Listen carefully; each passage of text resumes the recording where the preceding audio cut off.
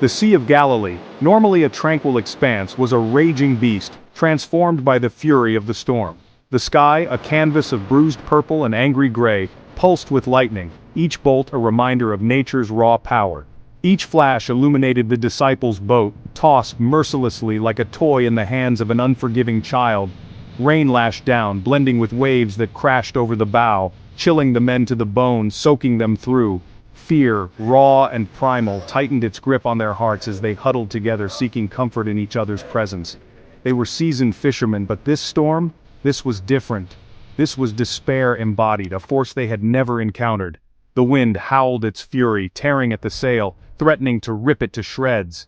Salt spray stung their eyes, blurring their vision, making it nearly impossible to see. Each man clung to whatever handhold he could find, praying for the strength to endure one more wave, one more gust of wind, one more moment of this relentless storm.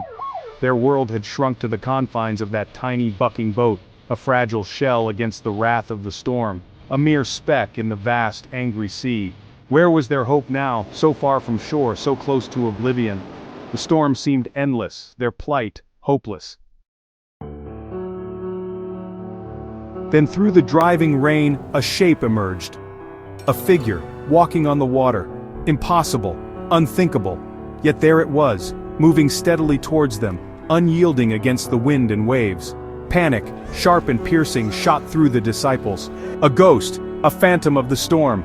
Their cries, ragged with terror, were swallowed by the wind, but as the figure drew closer, the light from a fresh bolt of lightning illuminated his face. It was Jesus. His hair and robes were soaked, yet he walked with a serenity that defied the chaos around him. His eyes, filled with a love that transcended the storm, met theirs. His very presence seemed to calm the wind, to soothe the waves. "Take courage, it is I, don't be afraid." His voice, strong and steady, cut through the roar of the storm. Peter, his heart pounding a frantic rhythm against his ribs, stared at Jesus. Could it really be him, here now, walking on the water?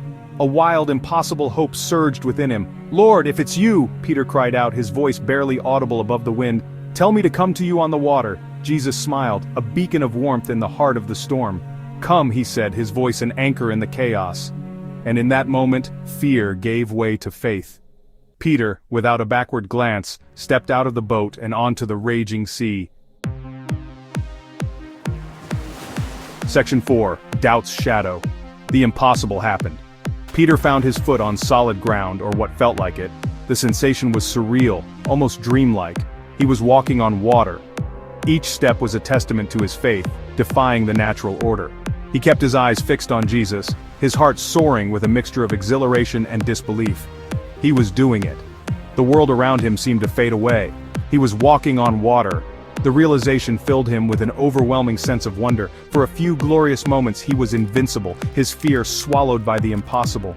The storm seemed a distant memory, but then the wind seemed to rise again, louder, closer. It was as if the storm had found its voice. The waves, moments ago mere ripples at his feet, were now towering above him. The sea roared with renewed fury. He felt the sting of salt spray on his face and the wind tore at his robes. The elements conspired against him. He took his eyes off Jesus and looked down at the churning water below. Doubt crept into his mind. Terror, swift and cold, flooded his heart. He was sinking. The water seemed to pull him down with relentless force. Section 5. The Divine Embrace. "Lord, save me!" Peter cried out, his voice thick with panic. The waves were relentless, crashing over him with a force that threatened to pull him under. His heart pounded in his chest as he struggled to keep his head above water. Instantly, he felt a strong hand grasp his arm, pulling him up from the churning water. The grip was firm and unyielding, a lifeline in the midst of chaos. Jesus, his face etched with concern, held him fast. His eyes, filled with compassion, met Peter's, offering reassurance and strength. "You of little faith," he said, his voice a gentle rebuke. "Why did you doubt?" His words were not harsh, but filled with a tender admonishment, a reminder of the power of faith. Back in the safety of the boat, surrounded by his companions who were now looking at Jesus with a newfound awe, Peter could only marvel. The fear that had gripped him moments before was now replaced with a profound sense of wonder. The storm was already subsiding, the wind dying down as quickly as it had risen. The once turbulent sea was now becoming calm, the waves gently lapping against the boat. As one, they fell to their knees, their hearts overflowing with gratitude and a touch of shame. They had doubted, but now they saw the truth with their own eyes. "Truly, you are the Son of God," they whispered, their voices hushed with reverence. The realization of who stood before them was overwhelming. The storm had passed, leaving in its wake a silence filled with the presence of the divine. The air was thick with a sense of peace and tranquility. And in that silence they learned that even in the midst of the fiercest storm, faith, even as small as a mustard seed, could move mountains, even mountains of water. The lesson was clear, and it was one they would carry with them forever.